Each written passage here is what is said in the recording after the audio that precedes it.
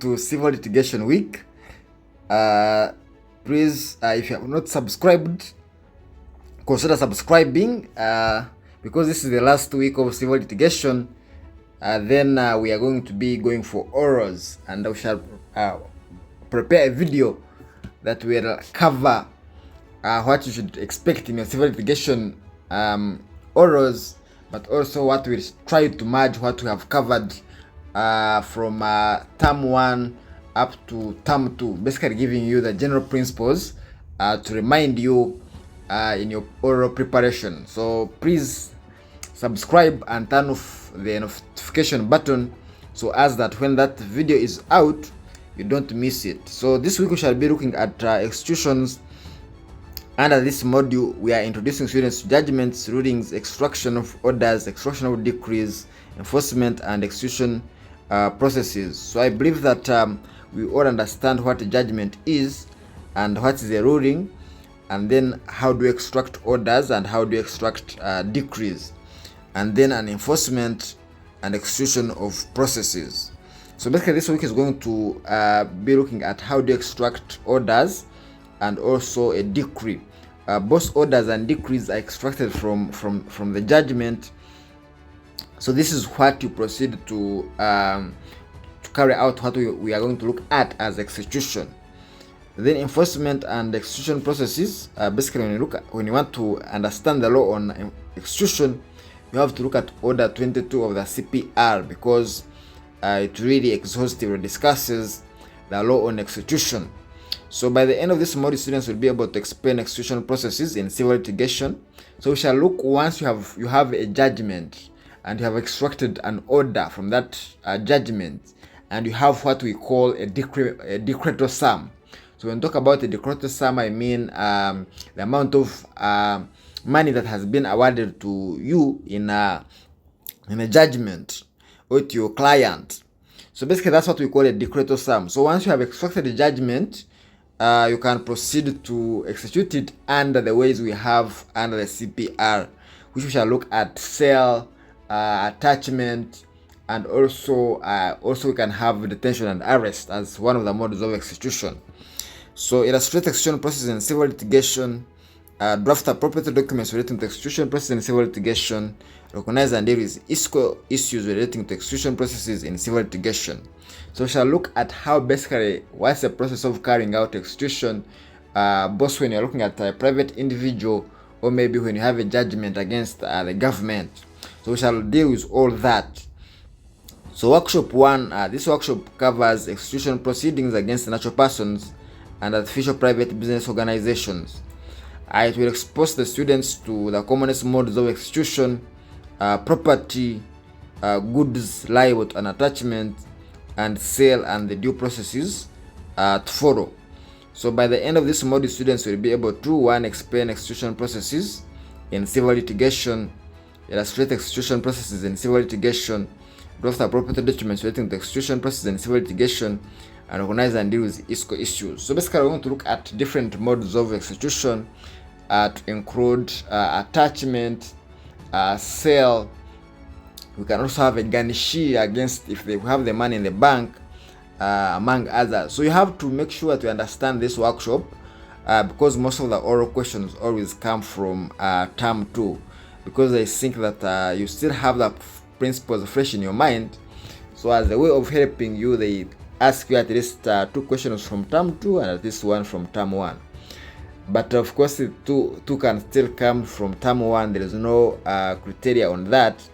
But it's very rare that you're going to go before a panel and they don't ask you any question from term 2. So that's why it's important that you understand this week's work. So we are going to look at part A. You have been employed by Matter Advocates as a legal assistant. The managing partner, Mr. Mususi John Bosco, has handed to you a file in which the firm recently obtained judgment, a copy of which here to attached and marked as Annexure A.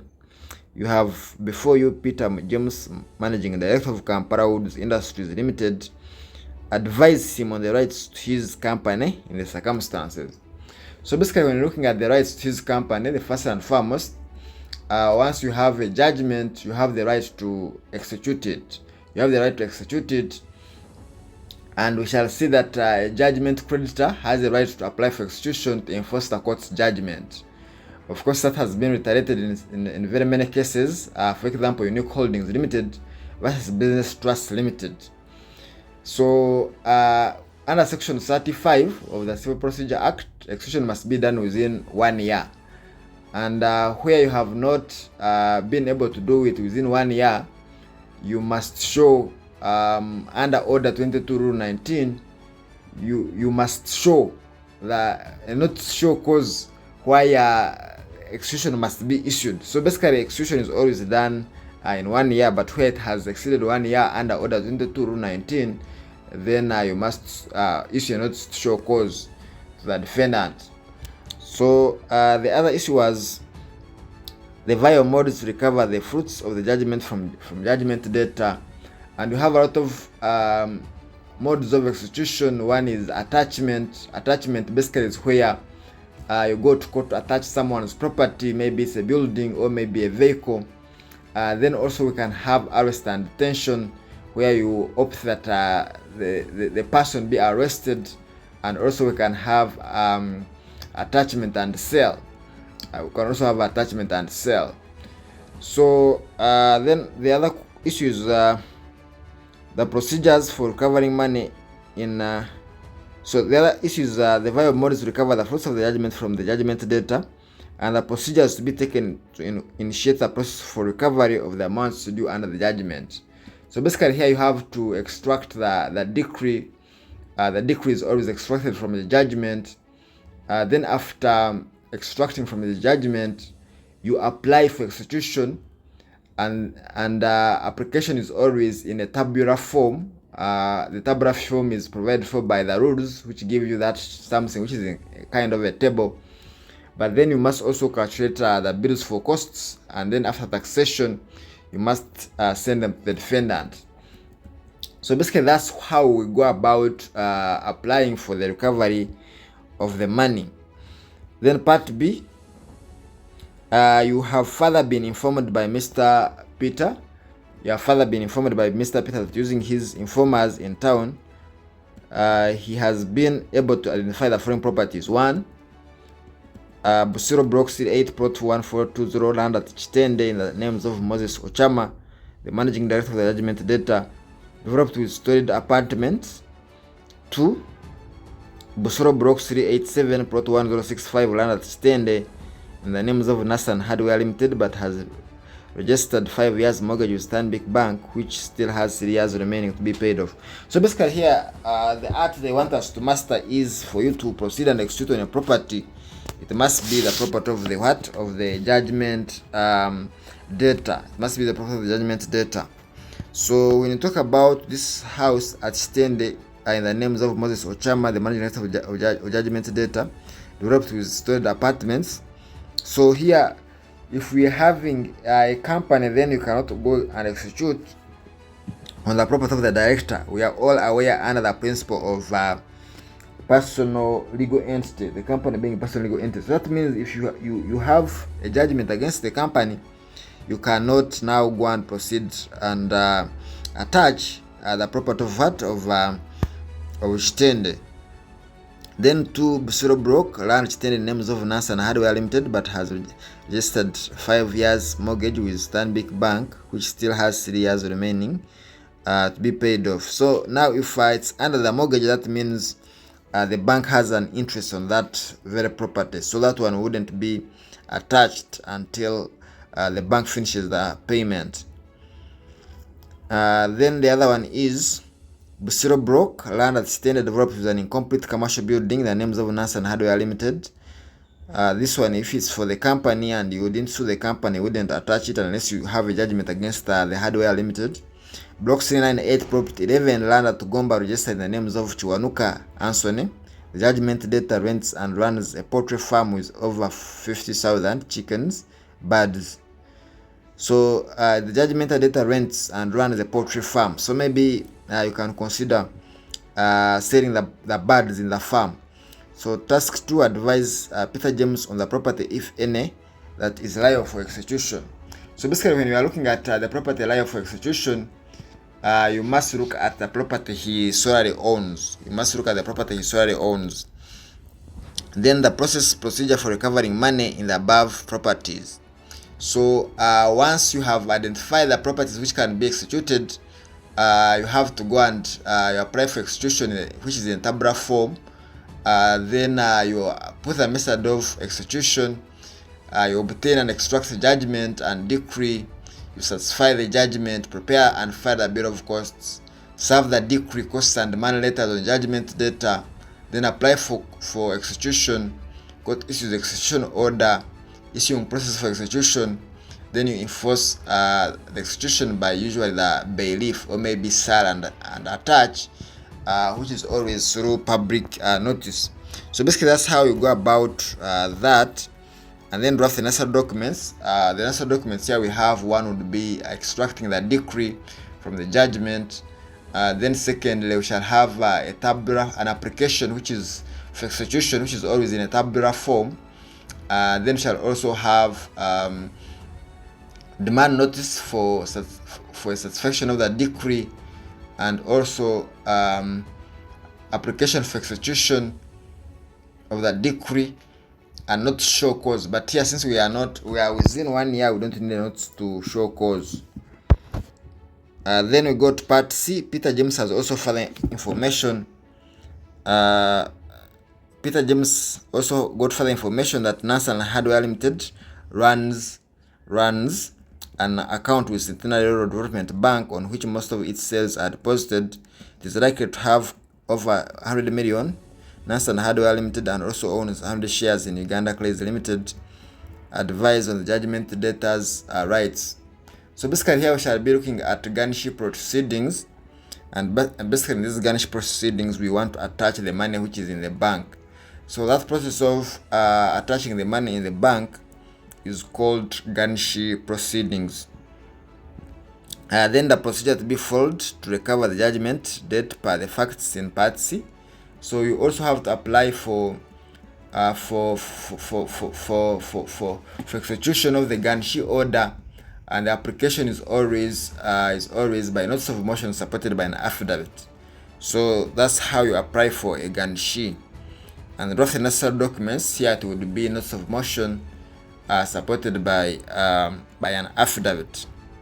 So when you go to part D says you have also been approached by Kate Katwesiga, who runs Kate Suppliers Enterprises on Nkuruma Road. She informs you that she has been supplying stationery to Action National School, run as a partnership between Baba James,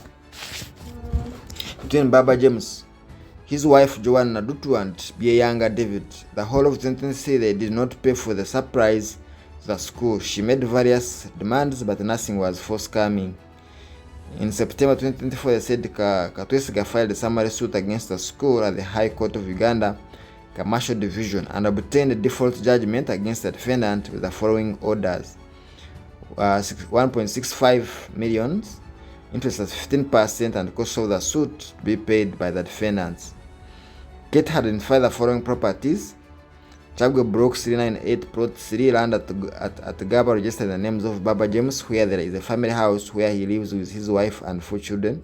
So that's matrimonial home, and matrimonial home you cannot attach it. Then motor vehicle Nassan, registered in the names of Byeyanga David. So if the vehicle is not registered in the name of the judgment debtor, then you cannot attach it. Furniture, computers, and reading books that are used by students of the school, and school van Isuzu, registered in the names of Joseph Koti. It has a sticker of the school. So this school is being run as a partnership. You know that in partnership, the individual property of the partners can be attached in a partnership. I think we are aware of that principle. So her rights in respect of the above default judgment. So you can proceed and execute it under what we call attachment, and you can attach the school of the property if it's in a partnership, because in partnership, partners do not have limited liability. They can still attach the partner as long as what you did was was what was in the course of the business, and here she has been supplying stationery. So that means they can attach the school property. So here we're looking at basic attachment and the process and procedure for recovering the above monies from the above properties identified. So of course you have to have a decree like the way we looked above, and you proceed to execute. Then the procedure basically would be extracting a decree, getting a certified copy of the judgment, you file an application for execution, apply for attachment of property and a vehicle, because here we can attach property and vehicle. And basically here we are looking at attachment of movable properties, because we have a vehicle as well as furniture, computer and reading books, which are also termed as movable properties. So basically here we shall be discussing what we call attachment of movable properties, and in the first part we are tackling about what we call attachment of immovable properties. So basically that's how we introduced workshop 1. Please, in case you want in-depth notes and in-depth discussion, you can inbox me on the number on my YouTube, on our YouTube, and then members in our mastermind group pay a monthly subscription fee. So if you want to save time and you have the money, please, you can inbox me and then we add in that group. But if you also don't have a bigger budget on your part, we can understand that. Let us move to workshop number 2. So the workshop is intended to expose students to execution proceedings against the government and its agencies. So basically here we are looking at execution against the government. So execution against the government is not like how you execute against the individuals, because there we apply the Government Proceedings Act together with the civil procedure rules, but with a few modifications. So we shall also be looking at how to execute against the government agencies, as well as the local government council. So by the end of this module, students will be able to explain execution processes in civil litigation, illustrate execution processes in civil litigation, draft appropriate documents relating to execution processes in civil litigation, recognize and deal with issues relating to execution processes in civil litigation. Part A.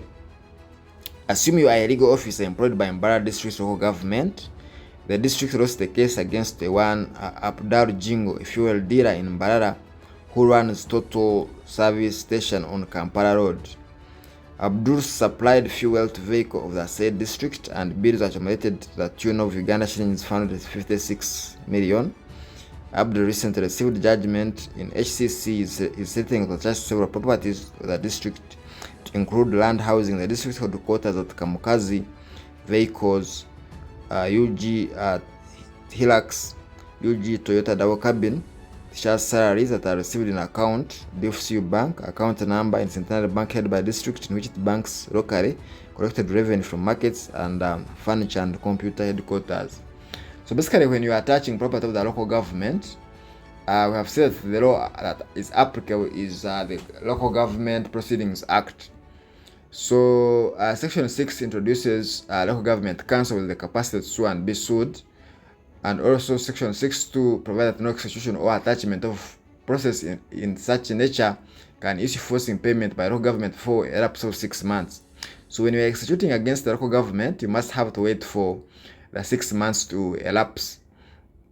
Then secondly, what you have to look at is now the individual properties. First and foremost, can you execute against the fixed premises of the district, and also the vehicle of the local government council.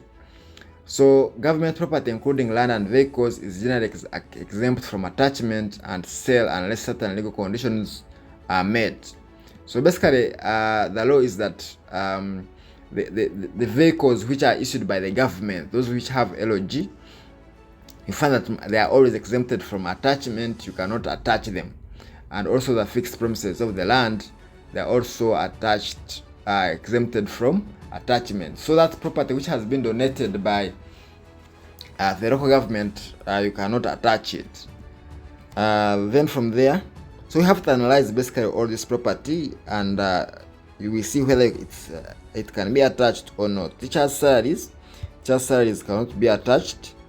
Account number in Centenary Bank by district on which it banks locally collected revenue from the markets in the district, and also land housing, the district headquarters at Kamkulu. So basically, you have to look at all these properties and analyze and tell whether they can be attached or not, and we have to look at the Local Governments Act. So advise on his rights in respect of the judgment and the steps he would take in order to address their rights in view of the above assets of the district. So basically, that's basically what I'm talking about, that you have to analyze all those assets the way they are, advising whether they can be attached or not. So the procedure for execution is just like the way you proceed under the civil procedure rules under the execution against the individual. So basically, you have to get a judgment, decree, apply for execution, and then after applying for execution, you proceed to carry out the execution through the bailiffs. So basically, that's how you execute against the local government, just like how you execute against the local person. Then additional information, you apply for permission. So in additional information, I'll have to seek additional information that's going to help you properly. For example, who bought these cars? Were they bought from proceedings from the government or from the consolidated fund? So you have to ask those questions because they are the ones which are going to help you whether and see whether they are really available for attachment or not. Then advising on the procedures you will take to manage the recovery process and draft documents necessary to effect your client's instructions. So when we are looking at the procedures, you have to access a certified copy of the judgment, extract a decree, prepare the bill of costs, and then proceed to apply through a tabular form. So the documents, we have a decree, we have the application for execution, which is in a tabular form. So when I talk about a tabular form, I mean this form is provided for by the civil procedure rules. But the first time I had a tabular form, I was confused. But it just means that this application is in the civil procedure rules, and it is in the form of a table. So you always draft a not to show cause where execution should not issue, where it has execution has elapsed, taken more than 1 year. So part B, assume judgment was passed against the Attorney General in favor of company limited in respect of the contract it had in the Ministry of Works to design the refurbishment of the ministry headquarters in Kampala. The company was awarded by 1.5 with interest of 15% from the date of default. Your client has informed you that the road fund account number has billions of money which can be used to clear the decretor sum. So when we talk about the decretor sum, we mean the money which was awarded in the judgment. So here we shall be looking at, of course, attachment under the central government, and how do you attach the central government.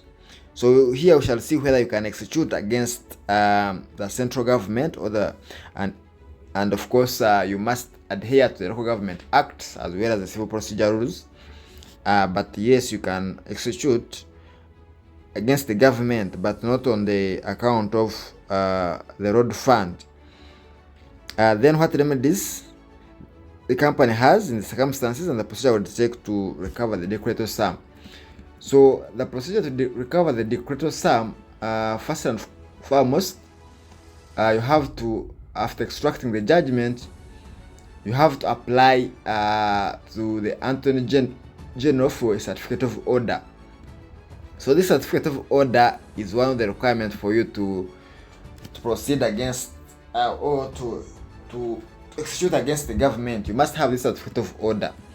So the necessary documents which we need here, one would be a decree, the second would be an application for a certificate of order, which is by notice of motion supported by an affidavit. so as we can be given that certificate of order, because you cannot execute against the central government when you don't have a certificate of order. So then after getting certificate of order, that's when we can proceed to execute against the government. So that was part C. What remedies company having the circumstances, Judicial, and the procedure would take to recover the decretal sum and draft documents you need to use in the court. So here basically you have to apply for a certificate of order, so notice of motion supported by an affidavit. Assume Bandit Joy successfully applied for judicial review.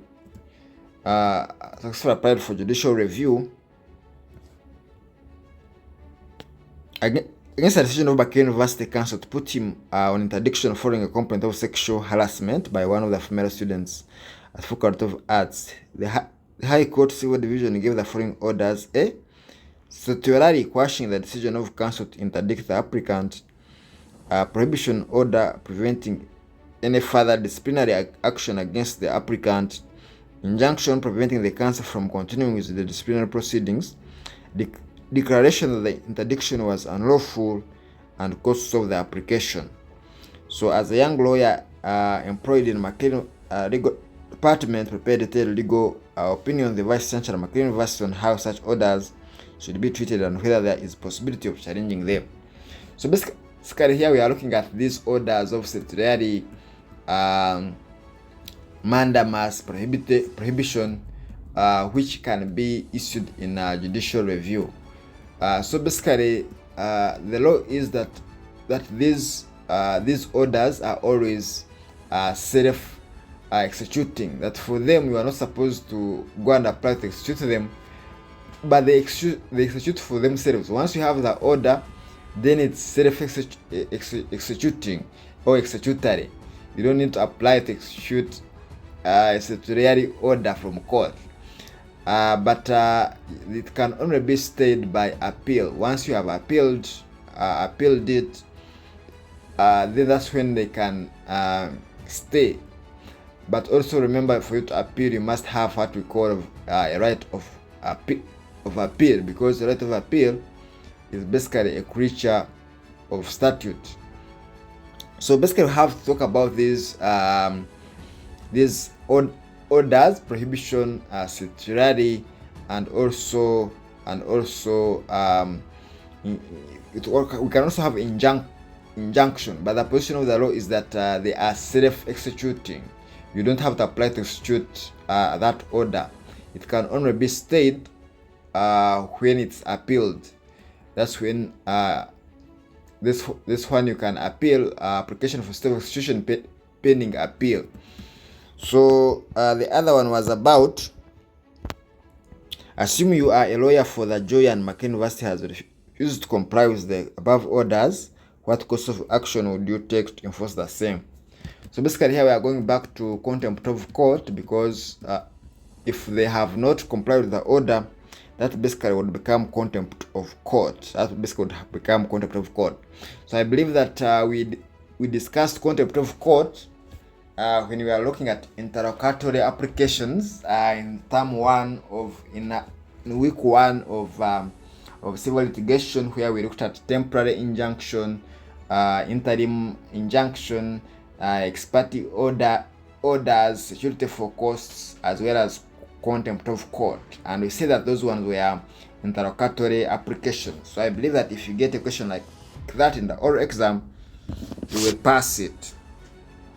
So let us go to workshop 3. By the end of this module, students will be able to explain execution process in civil litigation, illustrate the process of objection, and setting aside execution in civil litigation. So basically, objection arises where you find that they want to attach a property of a third party. So when you want to attach a property of a third party, you do what we call objectory proceedings. So these objectory proceedings, we always proceed by notice of motion, trying to do what? Object from attachment. So those promoting this week, it will be it's not hard. It's going to be a simple mode. if it's on objecting the execution. And this always arises where you find that you have attached a property of a third party. So that's what we call objector proceedings. Then after property documents waiting the execution process in civil litigation recognized and use ISCO issues. So using facts under workshop 1 with necessary modification, you have been informed that a warrant of attachment and sales was issued by Registry High Court Commercial Division in respect of property therein. In execution of judgment on 12th, the property was attached by Muj Button of Quick Solutions Auctioneers. Firms should represent either judgment creditor or Moses Ochamba. So I think Moses Ochamba here is going to be a third party whose property is being attached, and is not the judgment debtor. So next here we have a plaint. We have a plaint which is a judgment. So basically this plaint we shall extract a decree, and I believe now we know how to extract that. You just come here to the final orders of court, what court is saying. So these ones here, in conclusion, I make the following orders. 1. The plaintiff is entitled to recover the suit. Amount of garnishment is 45 million, something like that. General damage of 50 million, interest 15%, and counterclaim, and then sign and date. So basically that's how you extract your order. You take the heading and then it's dated this, and then you give these orders, you extract them, and you sign by the judge. That becomes your decree.